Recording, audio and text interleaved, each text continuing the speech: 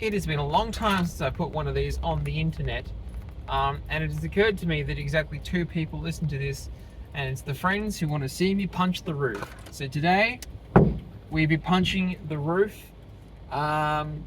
because it's post-competitive season, and I'm looking out so that the cops don't get me for recording. No, just joking. Pulling out to a side street. Ah, my car! Screaming.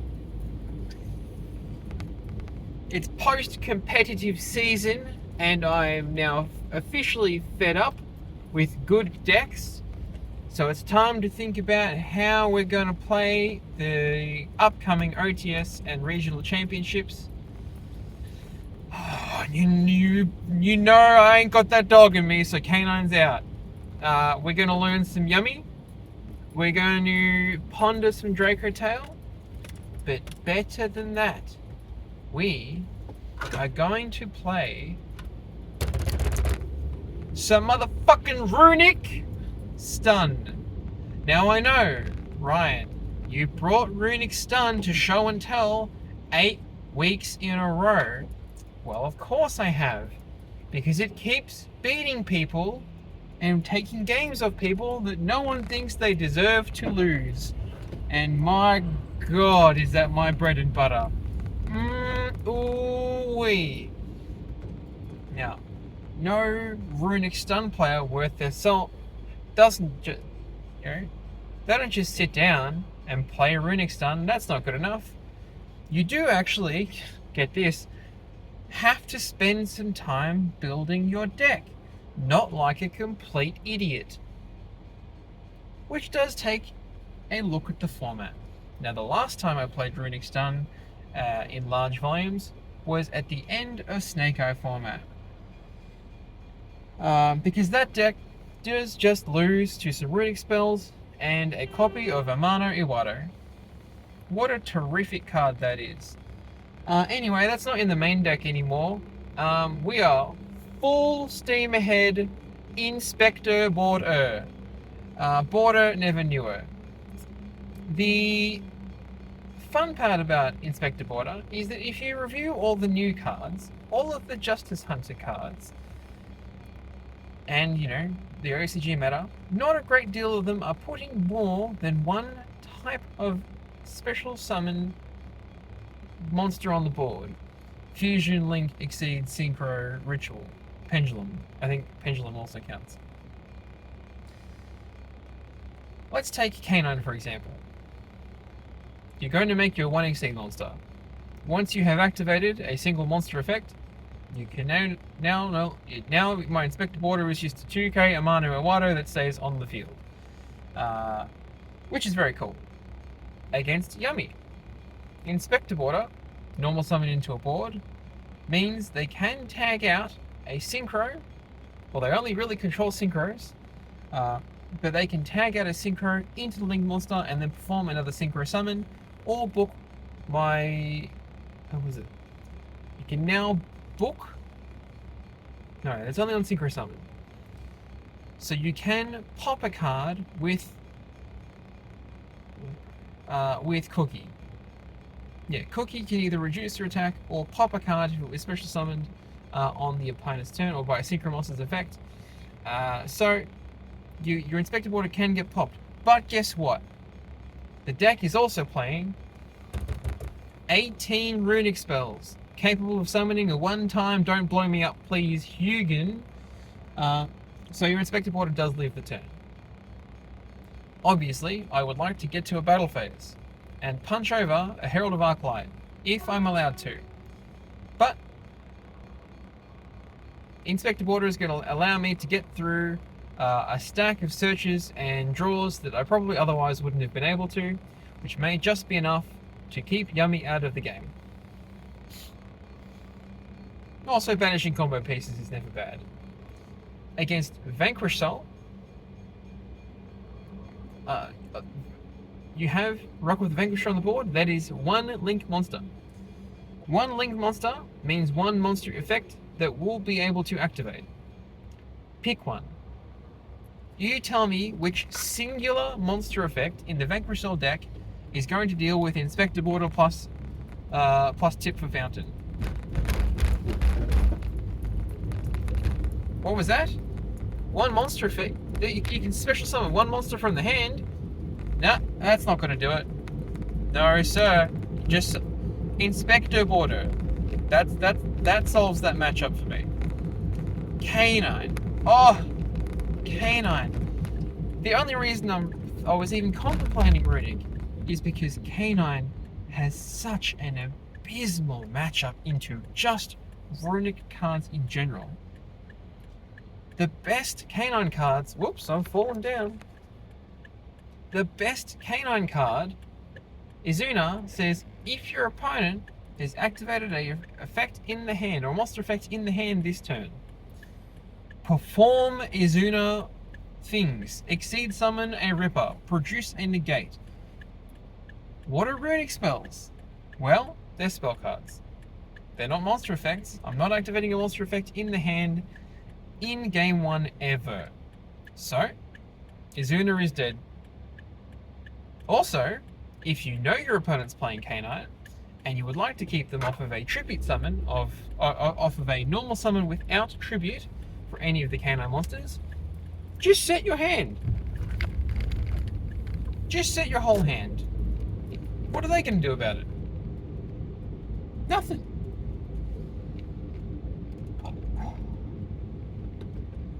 They can. I think you need to have 2 or more cards in your hand in order to have a way to normal summon any of the canines without a tribute.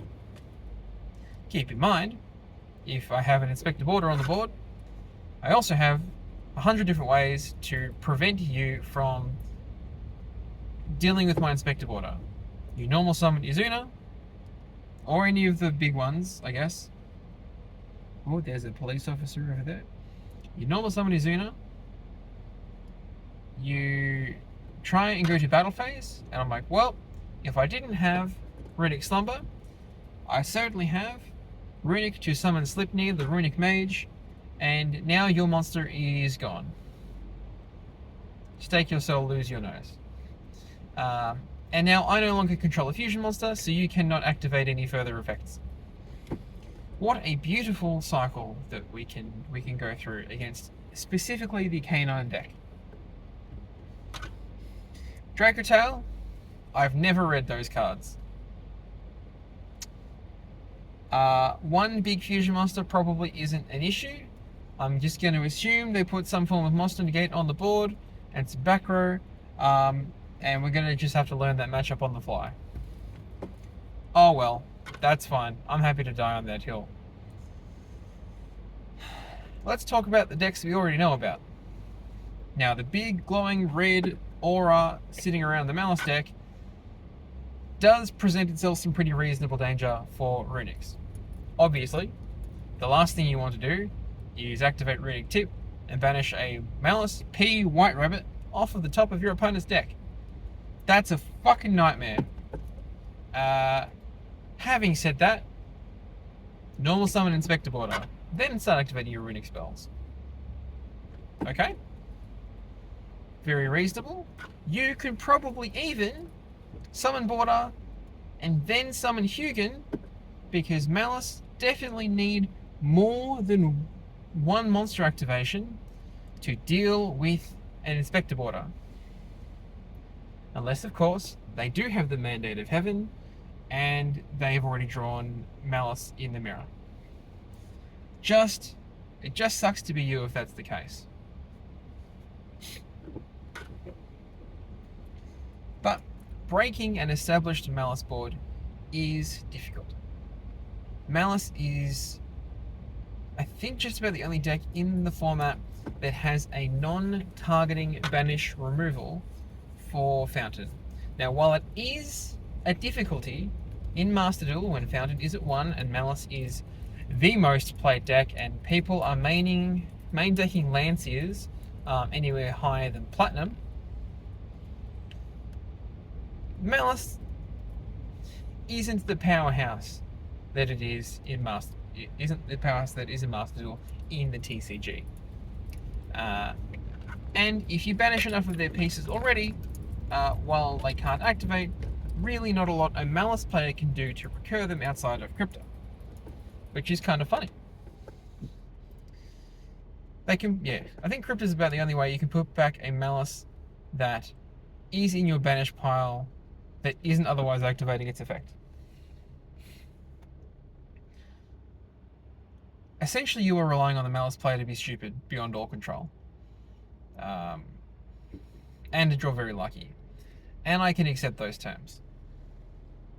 Because, let's face it, that game's going to go for a while, and then games 2 and game 3 can be played under a dogwood for some period of time.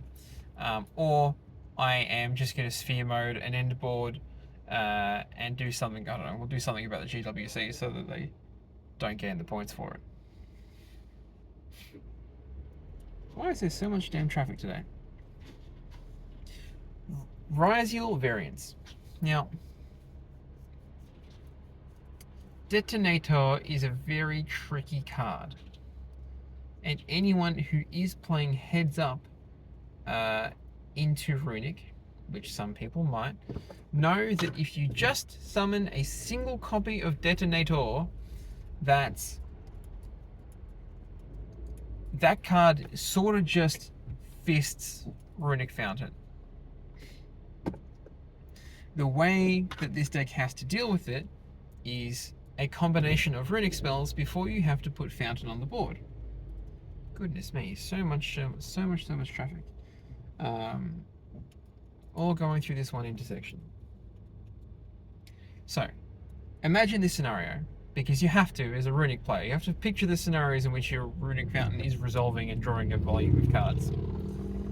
The tricky part is the Detonator will blow up a Runic Fountain the moment it activates to search a card.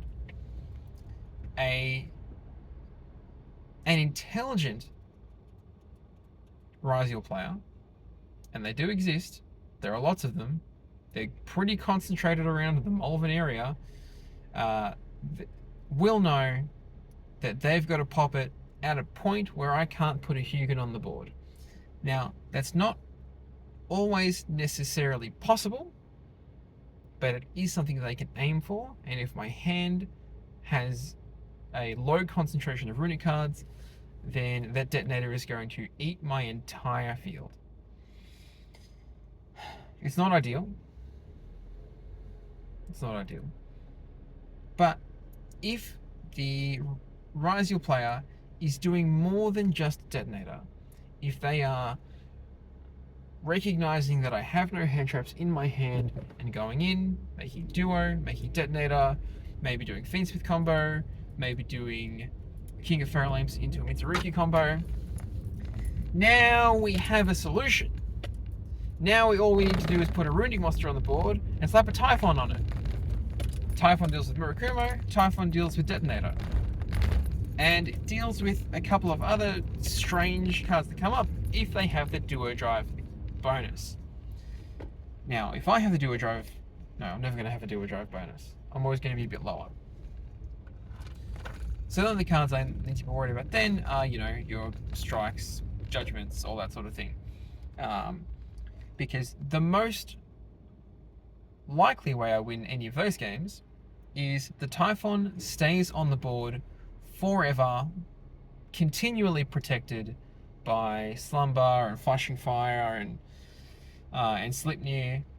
Like, it should be reasonable enough to protect a Typhon. Also, advantage into Runic deck is if the Runic deck is afraid that I may breathe on them, they can go ahead and make a Bagooska. More than happy for someone to make a Bagooska. Particularly pure Ryziel variants may end on a Bagooska to insulate their board, because if I can't deal with their Bagooska, they're just going to kill me on the crackback. But that's not a big problem for me. My Inspector board turns sideways, insulating me from some damage. Hugin can't activate, but, with 3 Duality, 3 Desires, 3 Tip, 2 Fountain in their deck, there is more than a good enough chance that I will just have the Fountain in hand, and I can effectively ignore the Bagooska. Which is a little creature comfort that I take I take solace in. Gee, it's nice and warm in my car now. Mitsurugi decks.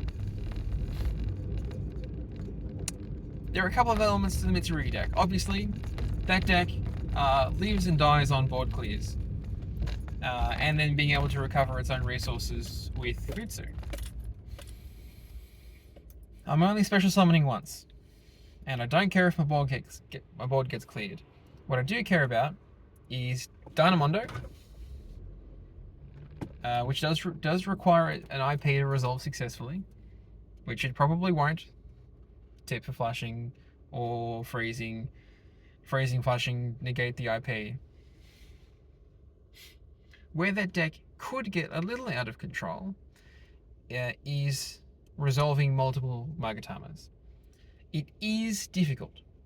A deck like that is certainly well positioned to deal with monster heavy strategies, and I dare say Runic is not.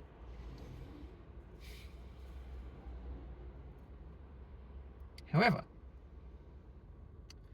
it's not like there aren't cards they can make to counter the strategy. Rank 4 toolboxes mean that they are still probably playing, Tornado Dragons, which I know once per turn to pop a fountain probably isn't enough, but it is solid. We have Munin for targeting protection, Hugin for destruction protection. IP into SP is always a difficulty, but pretty much every deck can access that. So, if I said to myself, oh well, I can't handle my one Runic Fountain getting banished, good thing there's another one in the deck. Konami doesn't want us to have the third, but that's just going to have to be a weird paranoia that Konami lives with on the ban list for the rest of the time. Making sure I don't get killed by a car turning left here. Yep, terrific. And then there's, I'm going to shift you up a little bit. Fiendsmith decks. Now, I would actually say that Caesar probably is a bit of a pain in the ass for Runic. Particularly the boards that tend to surround a Caesar. Now, it's not just Caesar they're making, it's Caesar, it's Murakumo, it's Prayers, it's Detonator. Excuse me. That is not a board that I can reasonably summon an Inspector Border into. Because there are potentially 4 different types of monsters on the field. If my opponent goes first with Mitsurugi, Ryzeal, Fiendsmith, and sets up the full board, then I'm just going to give them the game. Don't see much value in pursuing that. Unless I can get to a Typhon. If they are, this is a very specific scenario, if they have Duo Drive with 2 materials under it, now it's somewhat likely because I did say you go ahead, I might, and then no hand traps. If you sat down against an opponent and you look at full combo in your hand, and your opponent just sort of grimaces for the entire game, you have to assume they didn't draw any of their Fua, Perulia, or Droll, or Nibiru, that you're just going to walk with this one. So there is a very, very, it's a 5% scenario where they do their full combo. Maybe they're even playing Protoss because they're that kind of fun. There is a world where the Duo Drive has 2 materials under it, and their Caesar will be negated by a Typhon. But it does require you to normal summon into that board. You have to normal summon into that board to make the Typhon. Now, if I normal summon an Inspector Border into the full Mitsu Ryzeal Fiendsmith board, I don't think there's a whole lot of pressure for my opponent to deal with it right then and there, because they will get to Season Negate twice, and by then they should know what I'm playing. Season Negating 2 Runic spells to special summon, if one of them wasn't Freezing Curses or Flashing Fire. Actually, Flashing Fire doesn't do it because Detonator. and there's not really much I can say or do. The ideal is they have do a drive, 2 materials. I can make a Typhon, I knob some border, I make a Typhon, I have to spin the detonator. Do I have to spin the detonator? I probably have to spin the detonator. And then hope I also have like a freezing curses for the Caesar. Because I can't clear the Caesar with the Typhon. It's not important enough.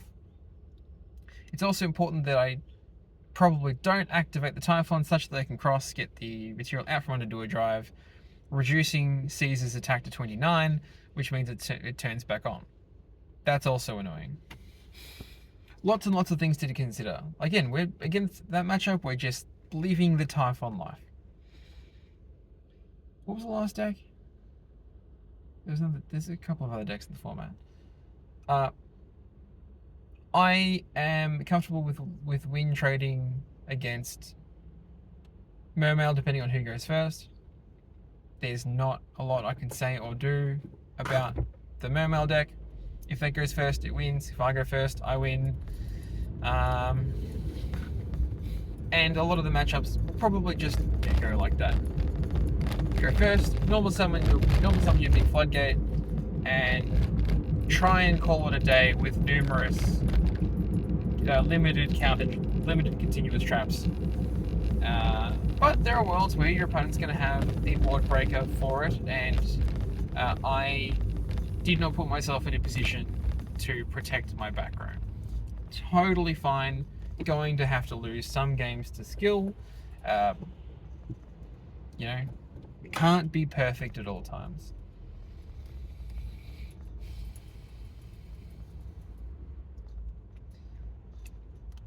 Obviously, big advantage. Runic does leverage the gaining life points feature of Yu-Gi-Oh! Very comfortably. Dogwood, Ghost Sister and Spooky Dogwood, will continue to be my favourite card to resolve because I like doing maths. And that is the only reason I like that card, if anyone in my community asks. That and Munin will gain me my life points in the end phase. I have been playing a ton of Runic Stun in Master Duel. It is a vastly different beast in Master Duel. There are so many limited cards, whether they be consistency cards or like powerhouse monsters. Amano's limited, Border's limited. We're sort of having to play Barra Statue. All of the regular continuous traps are limited. One Desires, one Duality, no Card of Demise, one Extravagance. It is a vastly different deck that special summons way more often. But I haven't forgotten my roots here. My goal is to stack up a bunch of OTS/regional tops while people are semi-preparing for the new decks to come through, or getting a hold of how the new decks work, and I can capitalize on that time by playing a strategy that I am very comfortable with. My advice to people who want to pet deck is you better know your pet deck better than anybody else. If you know me, and if you've seen other videos on this channel, you will know that I am a huge Runic enthusiast. But I live in Australia, so I don't know if that says much about the tops that I have with Runic. But I do have several wins with the Runic Evil Twin deck. At least 5 invites with the Runic Stun deck. And I've dedicated more than several hours of my life to developing content for people who would like to play Runic full time. It's a very funny deck to fall back on. If you're looking for why I think this deck is a solid approach. It isn't for well-established formats. It is a stellar. I think the best deck to play at the beginning of the season, if you need to take an event seriously, and where the meta is developing, decks really aren't that well understood, is to play the deck that's reasonably powerful, but you're more comfortable with. You can go and buy a full VS K9 core, but if you're not comfortable with that deck, the mirrors are going to swallow you whole. If you're not prepared to play Yummy, if you don't know all of your combo lines, you might very well be wasting a day playing a regional with that deck. Know what's required to counter those decks, but play something that you are much more comfortable with, and you will see more success. At least at the regional and OTS level, that's the best advice I could give. Play something powerful, but personable. Why is it that Runic Stun seems to be the deck that I default to? Well, I do like to click an auto win button. There's simply nothing wrong with saying I am just going to win 40% of my games because my opponent did not have a card that says deal with an Inspector Border, deal with a skill drain, deal with a there can only be one, deal with a rivalry, deal with a Gozen match, deal with a Synchro Zone, deal with a Messenger of Peace. Sometimes you are just going to see the one card that counters your opponent's entire deck, and in their main deck they cannot present to you a way to deal with that card.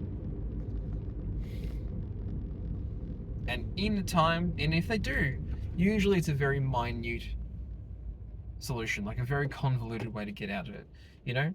Having a way to tribute a monster under skill drain, but using its quick effect to pop a card. Things like that.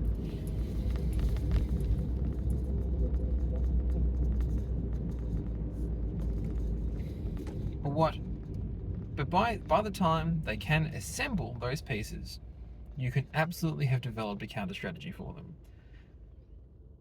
Runic deck, on its face, does not present to need a lot of skill to play, but it does require an extreme amount of well-developed format knowledge. You can't just bring a Runic Stun deck and go, well, Majesty's Fiend is going to get there. What you can do is say, I think that I can dual puzzle out of most situations my opponents can present to me because they are going to be comfortable, they're going to be familiar, and if your opponent knows what their combo does uninterrupted, that's great. You should too, because they're going to be allowed to do it. You're not going to interrupt them. You're just going to have to deal with the board that they present to you. And then you can play cards like Sphere Mode and Dogwood to make him a little testy, a little bit uncomfortable. But as a summary, I think Runic matches up extremely well into K9 Vanquish Song. It has, I'm going to say, a negligibly decent matchup against Yummy. You can banish a couple of field spells, and I think that would pretty perfectly ruin a Yummy player's day. That deck does get to play Purge though, and that is a difficulty. You play Ash and Purge, obviously you can't play a bunch of them in the same game. Dragon Tail, we're just going to have to read those cards later. Established Mitsu Ryzeal decks are going to be difficult. Those are going to be the dual puzzles that you may just have to recognize the writing is on the wall before you even try to start cracking the board. If it lets you get to a Typhon and activate a couple of effects that you shouldn't have been allowed to get through otherwise, maybe you're in contention to win those games. Going first, all you have to do is not screw up. Sequencing, making sure that you're not playing into draws when you shouldn't do, activating cards in the draw phase if you have to, but recognizing what positions you have to be in for your opponent not to be able to kill you every turn until they have no cards left in their deck or they have given up all of their life force. And I didn't say life points, I mean like soul energy. They have just given up. They, you prepare for a regional. Maybe your opponent's put in more time than you have because you're playing Runic Stun, for fuck's sake. If your opponent spent hours comboing and then all of a sudden stares down at Inspector Border, wouldn't you be relatively shitty? Wouldn't you go on tilt relatively quickly? Man, they just go to their friends, they present their bad beat story, and all their friends are like, oh, wow, thank God I didn't have to verse that, but now I'm their friend's problem. So anyway, we're taking Runic Stun to locals tonight, which should make me relatively popular. I'll figure out if I'm going to let you know how I'm going to do. I'll make a deck profile, because at this stage, if you're not prepared for Runic Fountain, what are you doing? The Runic Fountain's been in the format for months now. Yada yada, copy pasta, Mystic Mind, Jesse Cotton. Anyway, I'll see you next time after I've banished all of the cards from your deck. And I've been your boy. Don't like, don't subscribe, just enjoy. And if you should play me, get set to get decked out, motherfucker.